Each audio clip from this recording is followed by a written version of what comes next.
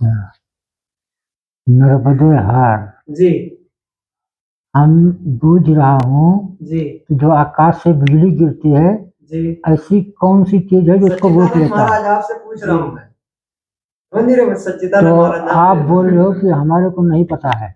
जी हमें नहीं पता महाराज, सच में नहीं पता है हमको। तो जो केले का पेड़ होता है उस पर अगर आकाश बिजली गिरेगी जी तो उससे निकल नहीं सकती, उसी में वो शांत हो जाती है। जैसे कि और बड़े पेड़ों पे गिरते तो फाड़ देती है उनको। हाँ, फाड़ देगी, सब अलग कर देगी, लेकिन केले का पेड़ ऐसा है बिजली गिरेगी तो उसी में शांत हो जाएगी, वो उससे निकल नहीं पाती। बिजली यानी गिरती क्यों है, यानी किस चीज पे, जैसे कि बहुत से पेड़ पे गिरते हैं, कोई कह रहे सांप पे गिरती है, कोई कहते कुछ गिरती है। ये तो एक योग माया है, ये तो एक योग माया है, श्री कृष्ण भगवान ने बनाया है किसी जमाने में। वो कंस की, इसको कंस का कुछ लेना देना है। कंस से शत्रुता है उसकी। हाँ, शत्रुता नहीं, शत्रुता तो किसी की नहीं है, लेकिन वो योग माया है। और यानी श्री कंस कृष्ण भगवान जो है जिसका जो है, जिसमें कंस का अंश होगा ना किसी भी तरीके का, उसके साथ जिसे बैठते थे, जो उसकी मीटिंग में रहते थे, जो करते थे, जो भी होता होगा, लेकिन कंस का कोई कुछ वो है संवाद इसका। बिजली, आकाश बिजली का जो है जी कंस का कुछ इसमें है अंश, उसकी वजह से वहां गिरती ही जाती है। एक तो उसको योग माया। कन्या के रूप में पैदा हुई थी ना, ऐसा बोलते हैं बिजली। नहीं नहीं, कन्या उसमें नहीं, वो तो एक योग माया श्री कृष्ण भगवान खुद उसको बना के भेजा था। कंस ने पटक के मारा था उसको तो हाँ वही, ऊपर चली गई आकाश वही में। वाली, वही वाली उसी बात कर रहा हूँ। लेकिन वो तो देव की माता के पैदा हुई थी ना बच्ची के रूप में। 7 माह का जो कौन सा गर्भ था उसका, 7वां या 6वां, 8वां ही गर्भ था, वो 8वां। तो श्री कृष्ण भगवान खुद वहां पे आए वो थे। तो वहां से कन्या लेके आए थे ना, कहाँ से? कृष्ण भगवान के बदले में, तो कहाँ से क्या लाए वो तो थे। जसोदा मैया के पास वहां का योग माया भेजा था ना उन्होंने। वो तो वहां से जसोदा के योग माया पास को लेके आए थे और द्वारा बच्चा बदले का लेके आए थे। श्री कृष्ण भगवान मथुरा में जन्म वहां लिया छोड़ आए मत, वहां पे गोकुल छोड़ आए कंस कृष्ण के यहाँ, भगवान को। और कृष्ण भगवान वृंदावन में जसोदा मैया के पास योग माया को भेजा। तो वो योग माया को पैदा दिखा दिया वहां पे कि योग माया वृंदावन में पैदा हुई, श्री कृष्ण भगवान मथुरा में हुए। हाँ तो यो योग माया गोकुल कहिए, गोकुल में था ना, नंद बाबा गोकुल का गाँव मथुरा गोकुल में वृंदावन था। वही था ना, गोकुल मथुरा में, वृंदावन गोकुल तो गोकुल से वो जो है वसुदेव जी लेकर आया। योग माया जो कन्या के रूप में थी उसको ले आए, और उसको जो भगवान का वो थे, भगवान को वहां गोकुल में छोड़ आए। तो कंस ने उनको ऐसा पटक के मारने चाहा, यार वो तो हंसा के 8वां गर्भ कह रहे कि ये होगा, तो बच्ची पैदा हुई है, ये कहानी है ना। तो फिर वो ऊपर उड़ गई आकाश में, कंस के हाथ से छूट के, वो हंसी की तेरा मारने वाला तो इस संसार में आ चुका है, ऐसा गोकुल में है, हैं? गोकुल में आ चुका उसने है। क्लियर नहीं बताया था, ये नहीं कहा था गोकुल में। गोकुल में बोला उसने। वो तो गोकुल का चढ़ाई कर देता हो तो गोकुल गोकुल फिर पता है, बोले तेरा मतलब मानने वाला तो जन्म ले चुका है, संसार में आ ऐसा चुका है। बताया है। उसने ये नहीं कहा था गोकुल में, मथुरा में कहा, उसने क्लियर नहीं किया था देवी ने। ये बोला कि आपको मारने वाला जन्म ले लिया, जन्म ले लिया है, धरती पर आ चुका है, धरती पे आ चुका है और आकाश में चली गई। तभी तो कंस को हुआ था कि भाई जितने भी इतने समय सीमा के बच्चे पैदा हैं उन सबको खत्म कर दो, खा दिया जाए। तो जैसे क्या आम आदमी का बच्चा तो वो सारे आम मार देगा, लेकिन नंद बाबा चूंकि उसके सामंत थे, जैसे क्या छोटे उनके सामंत होते हैं ना, वो राजा होता है, वो छोटे छोटे उसके वो बना सरपंच से वो मेन होते हैं उस गांव के, तो इसलिए प्रधान उनके बच्चे को सरेआम नहीं मार सकता, इसलिए पुतला को भेजा कि तुम मार के आ। उसने कहा कि नंद का ही बच्चा पैदा हुआ है, तो बड़ा विलक्षण है, लोगों ने उसके बाद बारे में बताया होगा जाके कि ऐसा वैसा ऐसा बच्चा ही है वो है। तो उसको मार के आए, मार कहाँ पाए, वो तो चली गई आकाश में। उसी बिजली की बात कर रहे हैं, वो यानी आकाशीय बिजली बन गई, वो योग माया। आकाश बिजली बन गई योग माया।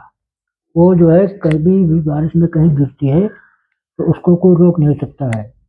अब ये बात तुमको पता है बाबा जी, आकाश बिजली कहीं गिरती है उसको कौन रोक सकता है? अब जानते हो आकाश बिजली गिरती कौन रोक सकता है?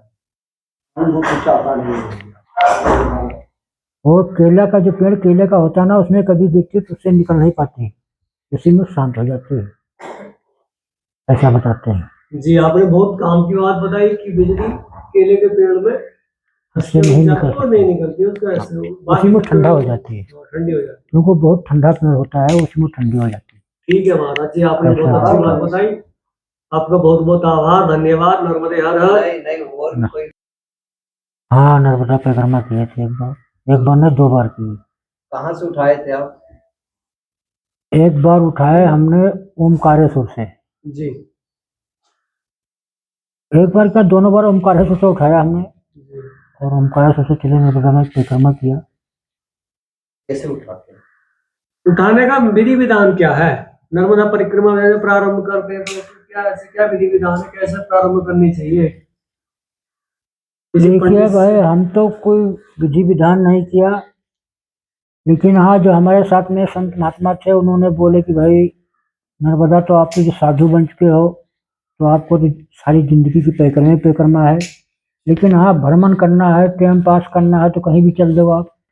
तो बोले नर्मदा माई की प्रदक्षिणा करने जा रहे हो, कुछ नहीं 5 कन्याओं को भोजन करा दो अपना, या कुछ भी कर लो, और बस जाके वहाँ पंडित से ओमकारेश्वर जहाँ से उठाओगे, ओमकार ज़्यादा से ओमकारेश्वर से उठाते हैं, तो वहाँ जल चढ़वा दो ओमकारेश्वर पे, नहीं, जो तो आपकी इसका श्रद्धा है। उठाने का कोई मतलब वो है विधान महाराज जी की, हाँ वो ओंकारेश्वर से ही अपने को उठाना है, या मतलब अमरकंटक से उठाना है? मेन तो ओमकारेश्वर है बाबा जी। नीमावर से उठाना है कुछ लोग तो नीमावर से- उठाने को तो कहीं से उठाइए आप, हाँ। लेकिन घूम फिर के जाना आपको वहीं पूरी होती हो ऐसे लोग ओमकारेश्वर। बोलते हैं कि परिक्रमा माई के निजी तलाई चरणों से उठानी चाहिए। ऐसा लोग अच्छा बोलते हैं कि चरणों से आप निजी कहीं तलाई से भी जाओ, उठाइए, उठाओ और वहां नहीं, पहुंच जाइए। आप कहीं से भी उठाइए, चाहे बाबा जी ओमकारेश्वर बोले से, ना, बाबा जी सही बोले कि परिक्रमा चाहे कहीं ओमकारेश्वर से से, भी उठा सकते हैं। हाँ और परिक्रमा उठाने के बाद क्या होता पूरी है, वहीं पे हमको- होती। हमको पूर्ण करने के बाद हमको क्या होता है कि ओंकारेश्वर पे जब अच्छा, जाना। सूल पानी की झाड़ी का अनुभव बताइए आप अपना। सूल पानी की झाड़ी का बहुत चर्चा होती है जब परिक्रमा में जाते हैं। सूल पानी, नहीं, लक्कड़ नहीं, कोट की झाड़ी। नहीं, ये विषय को है ना, ये मतलब जो अपना है ना, तब जब हम बोले ना इसमें कोई मतलब कहीं से भी उठा सकते, है सही ना, वो बात नहीं। है। पर क्या होता है कि परिक्रमा ऐसी मान्यता है, जब हम परिक्रमा कब हमारी पूर्ण होंगी कि जब हम ओंकारेश्वर को वो चढ़ाएंगे जल। जल अब परिक्रमा कहाँ से उठा रहे हैं, क्या कर रहे हैं, उतना वो मतलब वो नहीं है। पर जाने एक ये भी है कि जब हम पूरा परिक्रमा होगी तो आपको ओंकारेश्वर जल चढ़ाना है। जब आप जल चढ़ा देंगे परिक्रमा का जल, जो हम माता जी की परिक्रमा में जिस जल को लेके आप घूमे हो, हाँ। वो जल आपको ओंकारेश्वर बाद में चढ़ाना पड़ेगा। हाँ, कैसे बताते ओमकारेश्वर हैं? विमलेश्वर को ज्योतिषलिंग बोलते हैं। हाँ, जो पहले तो ऐसा भी कहते हैं कि जो नर्मदा मैया शंकर जी की पुत्री कहलाते हैं, वो साक्षात वहाँ स्वयं संभव है। उसका जी। क्यों जी, ऐसा बोलते नहीं बोलते हैं कि जैसे नर्मदा मैया को शंकर जी की पुत्री कहलाते हैं, तो वहाँ छात छात। नहीं, देखिए मेरे हिसाब से ये परिक्रमा के ऊपर ही कि परिक्रमा कैसे महाराज जब बताया कि कैसे उठाते हैं आप, इसमें परिक्रमा में उठाने में क्या क्या वो लगता है, क्या क्या हमको साथ में रखना चाहिए, आवश्यकताएं। उसमें धूप हो गई, जोत जैसे हो आप- गई। हाँ, तो परिक्रमा आप कैसे आप महाराज जी की है, तो परिक्रमा आप किए तो आपको पता है अनुभव कि परिक्रमा में क्या क्या। मेन तो धूप और जोत है। आप भी पूछ सकते हैं भाई, आप भी पूछ सकते हैं भाई। महाराज जी सच्चिदानंद जी, हाँ, आप कुछ मतलब करिए ना। मैं तो सूल पानी झाड़ी का अनुभव जानना चाहता हूँ आपसे। बहुत नाम सुनते हैं सूल फानी किसी टाइम थी, जी। अब उसका नाम है, लेकिन किसी टाइम सूल फानी की झाड़ी थी। अभी भी कठिनाई तो होती होगी ऐसे। अब तो वहाँ रोड बन गया, अपने गाड़ी से लोग जाते हैं, हैं? जाने को अभी जाइए। बता सकते हैं सिर्फ वाले से।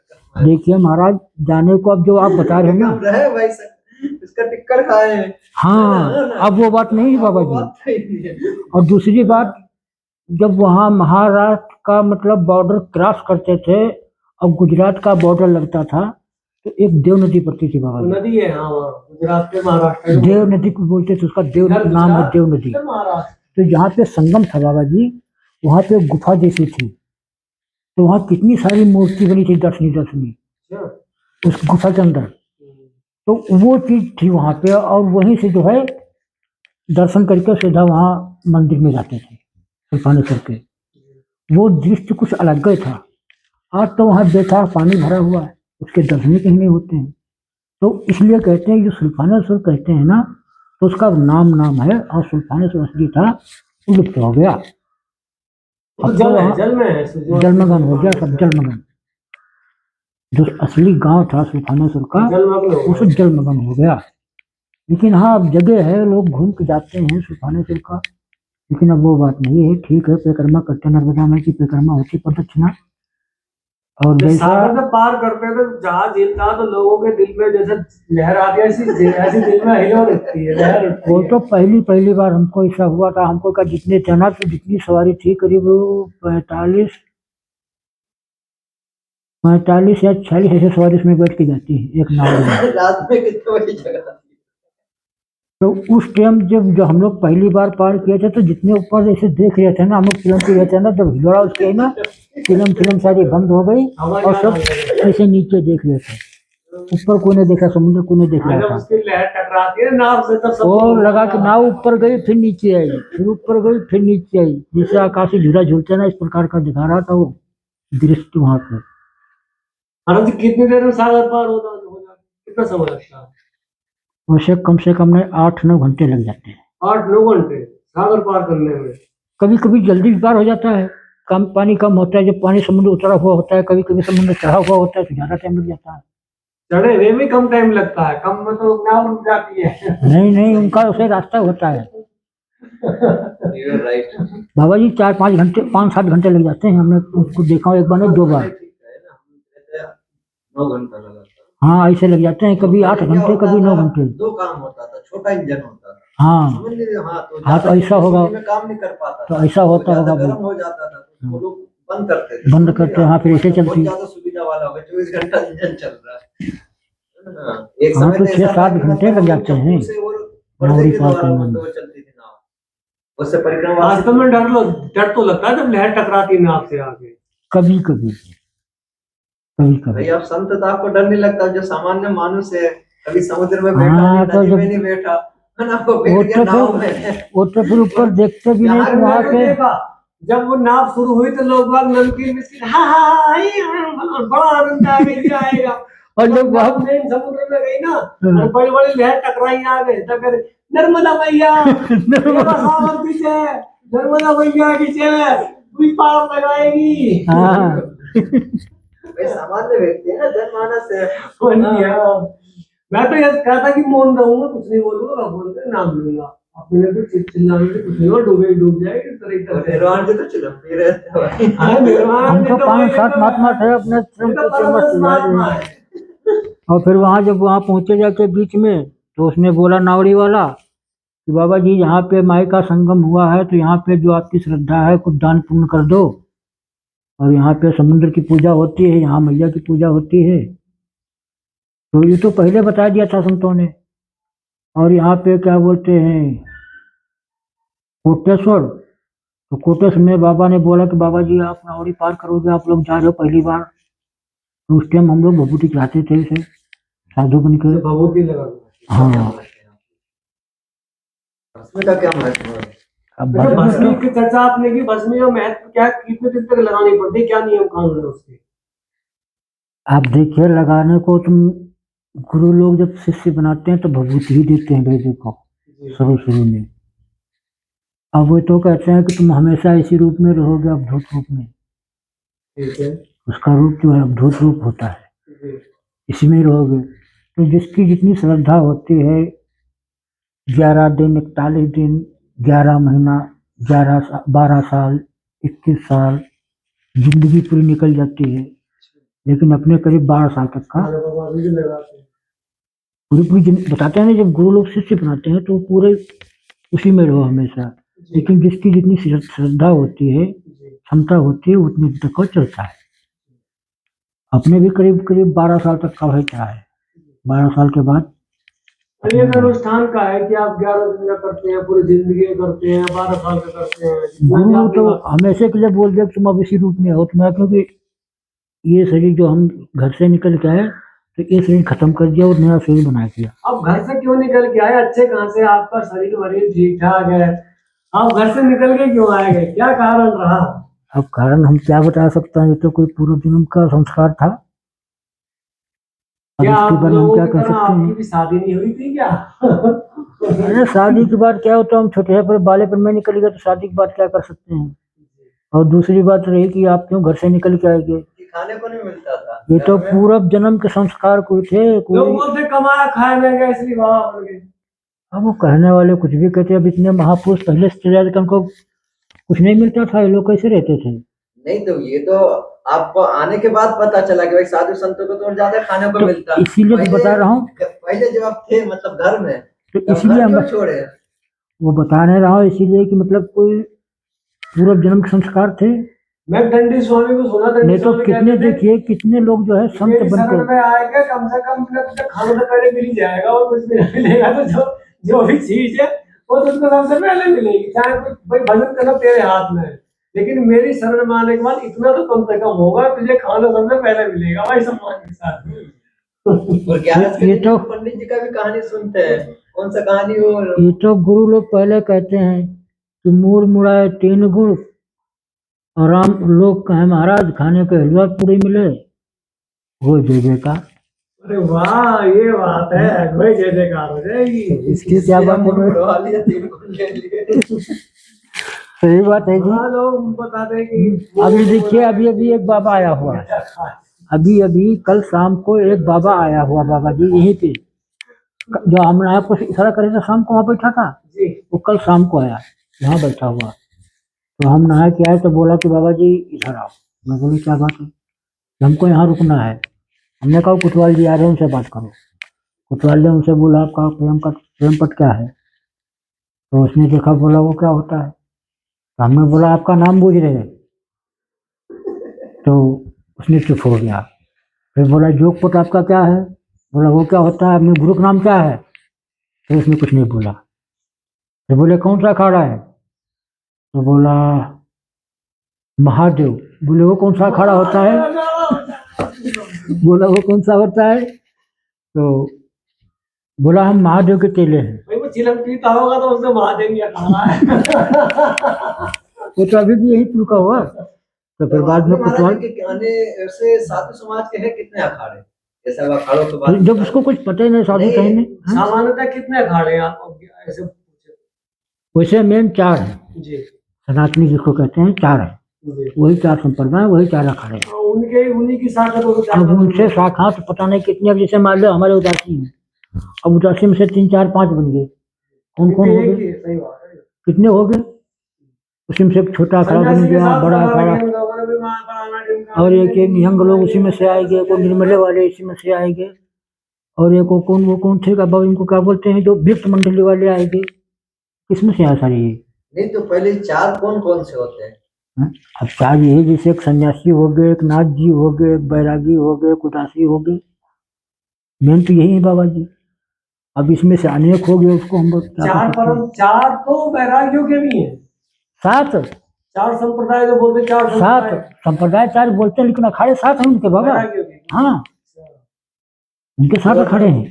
इनसे सन्यासियों का 7 लगा रखे हैं वो भी। उनके 7 लगाते हैं अपने। सन्यासी लोग तो मतलब वो भी बोलते 10 है वो भी हम लोग। जूना वो बनाना, ये भी नाम 7 बोलते हैं 10। हाँ। 7 है। अब इसे आप हैं बाबा सुनिए जी, सुनिए सुनिए, आप बोले कि यानी सीतारामों के कितने हो गए? उनके 7 अखाड़े हैं। 7 अखाड़े हो गए। और सन्यासियों के कितने हो गए? उनके भी 7 अखाड़े हैं। 7 हो गए, 7 दूनी 14 हो गए। हाँ, और अपने उदासियों कितने हो गए? अपने भी 4 हो गए। कौन कौन से 4 हो गए? एक देखिए बड़ा अखाड़ा, हाँ एक बंधुआ अखाड़ा, हाँ एक छोटा अखाड़ा, हाँ और एक ये निर्मले वाले जो हैं, हाँ। ये भी किसी में से है ना। अच्छा, तो कितने ये हो मतलब गए? हो गए 14 और 4 देख लो कितने हो गए। 18 हो गए। अब नाथ जी कहाँ जाएंगे? हाँ तो वही तो, नाथ जी कहाँ जाएंगे? उनको भी लाओ ना भाई। वो नाथ जी का भी, अब वो तो अपने नवनाथ कहलाते हैं, तब नवनाथ एक तो मानोगे एक अखाड़ा को। नहीं तो अभी कितने वर्तमान में? आप तो पुराने संत हैं ना, आप चारों तरफ घूमे भ्रमण किए, जाने कैसे आपने वो दलीचा बोलते हैं अखाड़े को, अपना वो अखाड़े को दलीचा बोलते हैं। कितने बताते हो दलीचे? अब वो भाई, अब इतना तो हमको अनुभव नहीं है, लेकिन फिर भी नाथों के भी दलीचे कितने 9 होते होंगे, उनके 9 नाथ हैं, जैसे अपने अपने दलीचे बांधते होंगे। चलिए, निलवाण जी ने बहुत अच्छी बात बताई। ये इतना सनातन का विशाल वृक्ष है, इसके और अनंत इसमें से शाखाएं। एक नया और जुड़ गया, एक नया इसकी अखाड़ा शाखाएं और जुड़ कहाँ गया। कहाँ बिखरी है कोई नहीं जान सकता है। वो तो पूरे वर्ल्ड में बिखरी हुई है। अब एक नया और बन गया, नहीं 2010 से, 2010 से नहीं, ये 2010 में हुआ था। कब हुआ था इलाहाबाद की अर्ध कुंभी? हम लोग क्या है, अर्ध कुंभी कब हुई थी इलाहाबाद की? कोई शाखा है, कोई पत्ते हैं। शाखा नहीं कह सकते कोई भाई, शाखा, कोई शाखा। नाम तो अखाड़े बन गए बाबा। कोई शाखा के पत्तों में गिनती ये आ बताओ रही है जो मुझे। इलाहाबाद की अर्ध कुंभी कब हुई थी? कौन से शाखा साल? तो कौन है, अखाड़े हैं। उसमें एक नया अखाड़ा बना हुआ है 2007, जो ये जो अर्ध कुंभी हुई थी इलाहाबाद की, ये कब हुई थी? तो उसमें नया अखाड़ा कौन सा बना है? पली अखाड़ा। इसको भी किसमें तो जोड़ोगे? फिर अखाड़ों के बाद ये मान के चलिए संप्रदाय चालू हो गए, अपना अपना संप्रदाय। और संप्रदाय तो गलती न कर पाओगे महाराज जी, इसमें बहुत सारे संप्रदाय आएंगे। संप्रदाय तो कबीर का अलग है, फलाने का अलग है, इनका अलग है, ये कबीर हो गए, दादू पंथी हो गए, पता नहीं कितने पंथी हो गए। मीरा संप्रदाय हो गया, सखी संप्रदाय हो गया, फिर मान के चलिए आपका ये गुरु नानक जी का हो गया, चैतन्य महाप्रभु, निहंग, चैतन्य महाप्रभु हो गए, बहुत सारे लोग। संत मत हो गया, अनेक तरह के दादू पंथी हो गए, दादू पंथी हो गए, गरीबदास जी हो गए, गरीबदास जी हो गए, बहुत सारे। अनंत मतलब इसके कभी आप इस विशाल वृक्ष को आप कभी देखेंगे ना तो इसमें इतनी शाखाएं, इतनी ये शाखाएं। प्रश्न आज मैं सुन रहा था, प्रेमानंद जी से किसी ने पूछा था कि महाराज जी इतने मत पंथ है, इतनी परंपराएं हैं, यानी क्यों है, सही है कि गलत है? तो उन्होंने कहा कि ठीक है, इसमें गलत क्या है? कोई भगवान को अपना मित्र मानता है, कोई अपना स्वामी मानता है, कोई अपना सखा मानता है, कोई अपना पुत्र मानता है, कोई अपना कुछ मानता है, उसी के अनुसार वो मानता है, उसी के अनुसार परंपरा बन जाती है। कह रहे हैं ना। अब देखिए शाखा पेड़ से जब भी निकलती महाराज जी, मतलब शाखा तो पेड़ से ही निकलेगी ना, जब तक निकलेगी नहीं तो वो समझ लीजिए अपना विस्तार कैसे करेगी, शाखा बनेगी नहीं, सही बात है ना। हाँ, तो ये तो विस्तार वाली मतलब एक तरह की क्रम है कि हमारा सनातन हमेशा विस्तार करता रहता है। है।